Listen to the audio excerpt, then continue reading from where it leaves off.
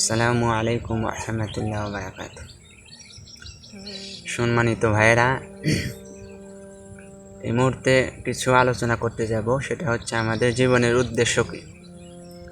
আমরা যে দুনিয়াতে মানুষ হিসাবে বসবাস করতেছি, আমাদেরকে কেন মহান আল্লাহ দুনিয়াতে প্রেরণ করেছেন, আল্লাহ আমাদের কাছে চাই কি, সেই বিষয়ে কোরআন হাদিসে থেকে দুই একটা কথা বলবো ইনশাআল্লাহ। তো ধৈর্য ধরে শোনেন। رب اشرح لي صدري ويسر لي امري واحلل عقدة من لساني يفقهوا قولي رب زدني علما। প্রশংসা মহান আল্লাহ তাআলার জন্য। আলহামদুলিল্লাহ রাব্বিল আলামিন। শান্তি অবতীর্ণ হোক আল্লাহ রাসূল সাল্লাল্লাহু আলাইহি ওয়াসাল্লাম। আল্লাহুম্মা সাল্লি আলাইহি আল্লাহুম্মা বারিক আলাইহি। আল্লাহ মানুষকে কি জন্য সৃষ্টি করেছেন সেটা কোরআনে বলছে, সূরা জারিয়াত আয়াত 56। আমা খালাকতুল জিন্না ওয়াল ইনসা ইল্লা লিয়াবুদুন। আল্লাহ এখানে বলিতেছে যে আমি জিন এবং মানুষকে সৃষ্টি করেছি শুধুমাত্র আমার ইবাদতের জন্য। তো ইবাদতটা কিভাবে হবে সেটাও বলে দিয়েছে। যদি আল্লাহর ভালোবাসা পেতে চাও তো আল্লাহ রাসূল সাল্লাল্লাহু আলাইহি ওয়াসাল্লামকে অনুসরণ করা লাগবে, এটা কোরআনের আয়াত। তো আমাদেরকে ইবাদত করতে হবে মুহাম্মদ সাল্লাল্লাহু আলাইহি ওয়াসাল্লামের পদ্ধতিতে। অপর আয়াতে বলছে যে সূরা আযাবের লাকাদ কানা লাকুম ফি রাসূলিল্লাহি উসওয়াতুন হাসানাহ। রাসূল সাল্লাল্লাহু আলাইহি ওয়াসাল্লামের মধ্যে রয়েছে আমাদের জন্য উত্তম আদর্শ। তো মুহাম্মদ সাল্লাল্লাহু আলাইহি ওয়াসাল্লামকে অনুসরণ করতে হবে। যে অনেক মানুষ আমরা সমাজে দেখতে পাই যে পীর মুরিদি ধরে আছে যে তাদেরকে জান্নাতে নিয়ে যাবে, এটা ভুল ধারণা।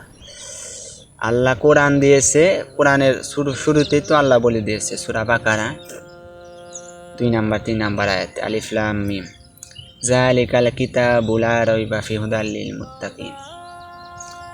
যে সেই কিতাব যাতে কোনো সন্দেহের অবকাশ নেই, পথ প্রদর্শন, পথ দেখায় মুত্তাকিদের, যারা আল্লাহ ভীরু। অপর আয়াতে আল্লাহ বলতেছে যে সূরা নিসার 59 নম্বর আয়াতে, আতিউল্লাহ ওয়া আতিউর রাসূল, যারা আল্লাহ এবং আল্লাহ রাসূলের আনুগত্য করে সেই সফল কাম। তো আমরা কেন সোজা সরল পথ থাকতে আমরা বিভ্রান্তির পথে চলতে চাই? আমাদের দুনিয়াটা তো পরীক্ষা। সূরা মুলকের 2 নম্বর আয়াতে আল্লাহ বলতেছে, আল্লাযী খালাকাল মাউতা ওয়াল হায়াতা লিয়াবলুকুম আইয়ুকুম আহসানু আমালা। যে আমি জীবন এবং মৃত্যু এবং জীবন সৃষ্টি করেছি শুধুমাত্র পরীক্ষার জন্য, তোমাদের মধ্যে কি কর্মে উত্তম। তো দুনিয়ার জীবনটা আসলে পরীক্ষা। তো আমরা যে ব্যক্তি আল্লাহ এবং আল্লাহ রাসূলের আনুগত্য করব সেই সফল কাম হবে, এর বাইরে গেলে ক্ষতিগ্রস্ত। সূরা আসরে বলছে, ওয়ালাস ইন্নাল ইনসানা লাফি খুস ইল্লাল্লাযীনা আমানু ওয়া আমিলুস সালিহাত ওয়া তাওয়াসাউ বিল হক ওয়া তাওয়াসাউ বিস সাবর। যে সময়ের কসম, সকল মানুষই ক্ষতির মধ্যে আছে। তো তারা ক্ষতির মধ্যে নাই যারা ঈমান আনে, সৎ কাজ করে, মানুষকে সত্যের দিকে ডাকে এবং ধৈর্যের উপদেশ দেয়। তো এর বাইরে গেলে কারে আমরা ক্ষতিগ্রস্ত হব। তো ঈমান আনতে হবে আল্লাহর প্রতি, রাসূলের প্রতি, এবং তাদেরই আনুগত্য করতে হবে, আল্লাহ এবং রাসূলের। এর বাইরে গেলে আমরা পথভ্রষ্ট হয়ে যাব। তো আল্লাহ আমাদেরকে সঠিক বোঝার তৌফিক দান করুন। তো মৃত্যু আসার আগে আমরা যেন প্রস্তুতি নেই। আল্লাহ বলতেছে সূরা বাকারার 2 নম্বর আয়াতে যে তোমরা আল্লাহকে যেমনটি ভয় করা উচিত তেমনটি ভয় করো এবং মুসলিম না হয়ে মৃত্যুবরণ করো না। ইসলাম মানে কি? আত্মসমর্পণ করা। আর যে আত্মসমর্পণকারী তাকে বলা হয় মুসলিম।